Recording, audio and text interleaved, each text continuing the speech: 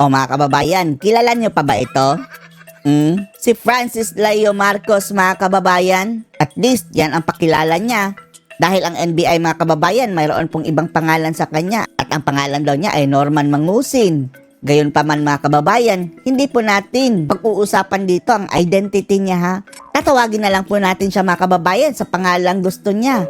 Francis Leo Marcos. Na ngayon mga kababayan, tila nagsisisi na bakit dinikit niya ang pangalang Marcos sa sarili niya. Sobrang bantot na kasi daw mga kababayan ang pangalang Marcos sa panahon ngayon. Lalong-lalo na itong ating Pangulo na iba po raw ang mga pinagsasabi sa totoong nangyayari. Kaya sabi nito si Francis Leo, ang hirap mo namang ipagtanggol, Pangulo. Mukhang nagsisisi na po mga kababayan na idinikit niya ang pangalang Marcos sa sarili niya. Kaya ang sabi ng mga netizens ay alisin mo na ang pangalang Marcos dyan sa identity mo. Oh, baka bukas makalawa magiging Francis Leo Duterte na siya mga kababayan. Oh, gayon pa man.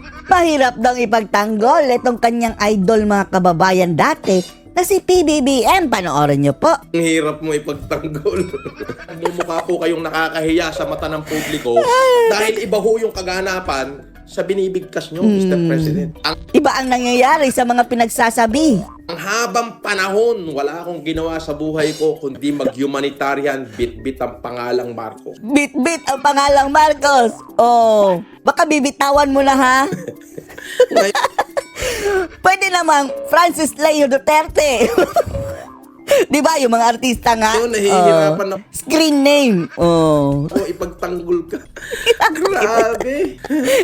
Pinagtawanan na lang niya mga kababayan yung pinagagawa ng ating presidente. Parang ang hirap ipagtanggol, no? Parang nahihirapan lang ako. Oo nga mga kababayan, pansin nyo din yung ibang loyalistay. Hindi na nila pinagtatanggol si PBBM, no? Dahil hindi nila kayang i-defend eh.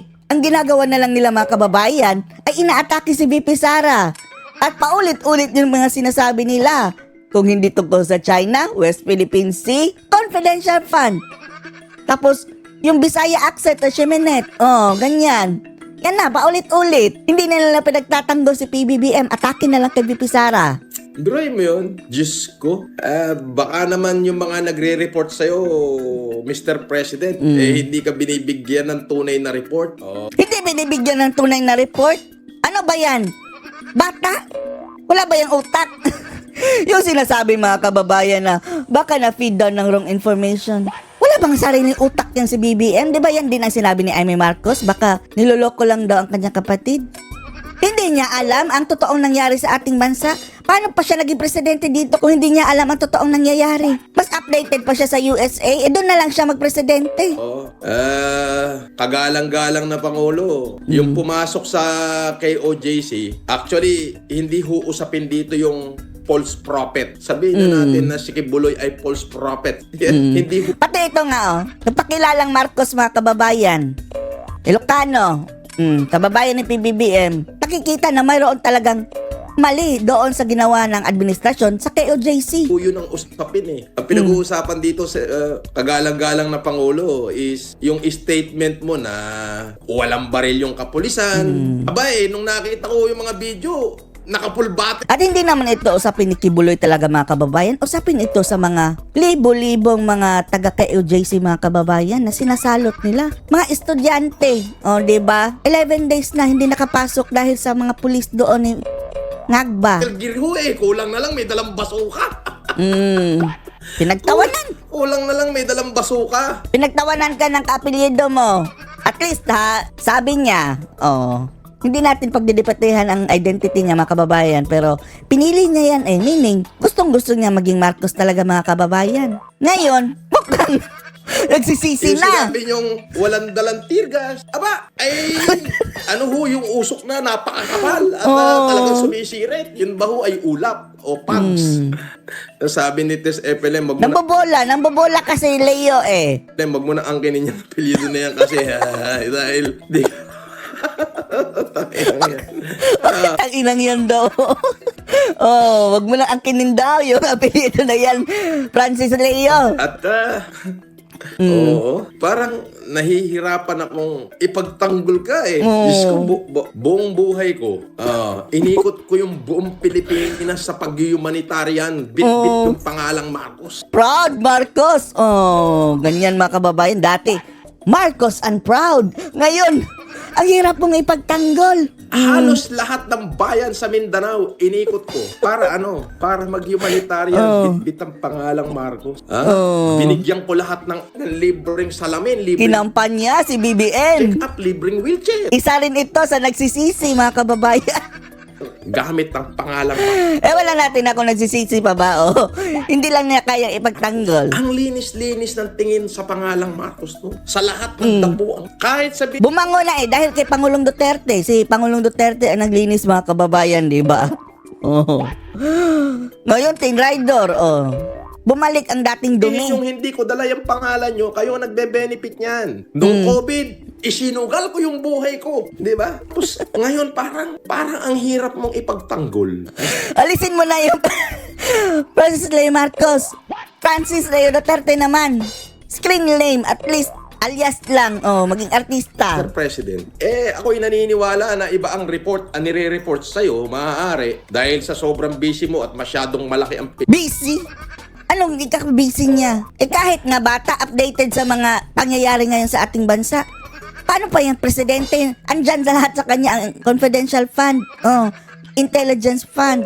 Tapos, hindi alam ang pangyayari sa bansa. Ano yan, bata? Naging presidente ka pa ng Pilipinas?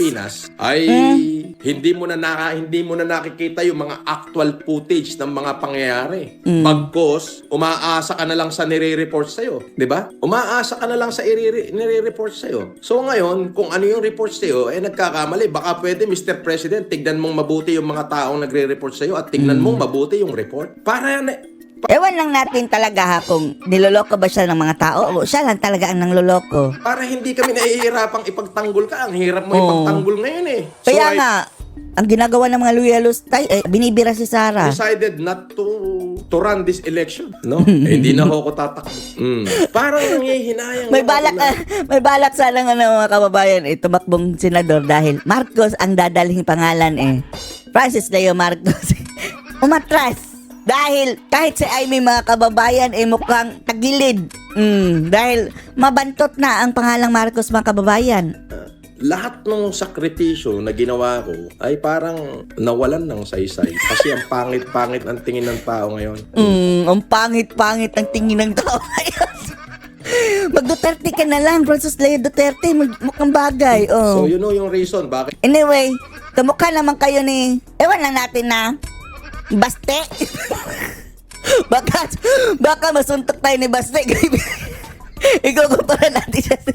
Ang layo, Ewan na natin kung sino kamukha nitong Duterte. kahit sa inyo, mga kapatid ko, mga FLM supporter, hindi na lang ako tatakbo. For you to decide na lang kung sino yung iboboto nyo. Sana. Wala nyo na. Umatras na tuloy BBM dahil sa iyong kapalpakan. Yung alam nyong matinong leader, Mr. President, the people is waiting for you. Ayun lang parang Waiting for you to step down. yung sa akin, parang nahihirapan lang akong magtanggol ngayon. March 14, 2020, pababa ng 2019. Walang ibang pinag-uusapan nun, kundi si Yorme, si Isko. Isko. Alam nyo kung bakit natalo si Isko? Maagang napakita ng kulay Akala niya tatakbo si Sara. Siniraan ang mga Duterte. Na-turn off tuloy mga kababayan ang mga tao sa kanya. Dahil traidor din At least mga kababayan, nakita ng tao ng mas maaga. At least, ngayon si Yorme, hindi na inaatake ang mga Duterte. Kaya ang nag-benefit nun mga kababayan, si BBM. Na number 1, mambubudol pala. Diyos ko, alam natin lahat na ang pangalan ni Yorme noon talaga naman boom! Yun na yun. Walang Yorme, ibang diba? usapin kundi Yorme. Di ba? Walang ibang usapin noon kundi Yorme. Pagtungtong ng March 15, 2020, lockdown! Nabura si Yorme. Francis Leo Marcos na usapan ng tao. Marcos. Imaginin mo yun. Marcos! Yes. Kayo po, Mr. President. Apelido nyo yan. Namesake kayo ni Presidente Marcos. Kaya yun na yung pinag-uusapan nun. Marcos na. Nabura na yung Yorme. Sino na kinabang? Ako ba? Hindi po. Kayo. Ha? Bakit? Apelyido niyo yung apelyido ko eh. Oh. Ganun ko. Nagsisisi na ba, Norman? O Francis Leo? Kayo yung pinaglalaban na sana makuha natin yung country of greatness. Country Eh, of- parang nahihirapan ako ipaglabang kayo. Lahat ng lumapit sa akin, wala naman akong hinindihan. Including si Senator Aimee. Hindi ko pati si hinindihan Aimee. yan. Tapos nung nakulong ako dahil sa pagtulong ko, parang napakasama ko. Oh, mag-ingat ka. Francis Leo, Norman Mangusin, kung anong pangalan mo. Pero Francis Leo na lang dahil yan ang gusto mo eh. Mag-ingat ka, baka makulong ka ulit. Oh, dahil akala natin makababayan eh, nakalabas dahil Marcos na ang nakaupo. Akala natin na all out support na ito kay PBBM kahit pa'y mali-mali. Pero ngayon mga kababayan na siya, nagsalita. Hirap ipagtanggol. Nakakahiya na daw mga kababayan na magtanggol dahil iba-iba ang sinasabi. So, totoong nangyari.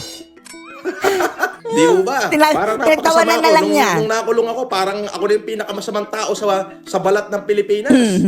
Hindi po ako nanunumbat. Nagkukwento lang ako na kung bakit ngayon parang nahihirapan akong ipagtanggol ka.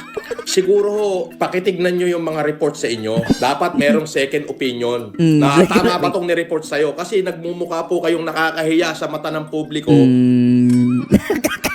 Dahil iba Sa mata ng po yung publiko. kaganapan sa binibigkas nyo, Mr. President. Gusto ko man makipagbakbakan ngayon doon sa mga bumabati ko sa inyo, hindi ko humagawa eh. Di ba? Hindi ko Pero magawa. kami na sumuporta sa'yo at totoong nagmahal sa'yo, umaasa kami na Mga nabudol. baka sakali na Hindi na kami umaasa. Francis Leo, kayo na lang ang aasa. Kami hindi na. tingnan nyo yung mga Never again. report sa inyo mabuti bago nyo i-deliver sa tao. Kasi nahihirapan kami pagtanggol kayo. Yun yung totoo nun. Ang hirap. Bakit mo pa ipagtatanggol ang mali? Hirap gusto ko mang mura-murahin mula ulo hanggang paa lahat ng bumabati ko sa ating Pangulo Pero may punto sila. Parang hindi ko na humagawa So anong masasabi niyo dito mga kababayan na pati itong gustong maging Marcos? Ginamit ang pangalang Marcos mga kababayan, dinikit sa kanyang sarili. Ngayon, mukhang nagsisisi.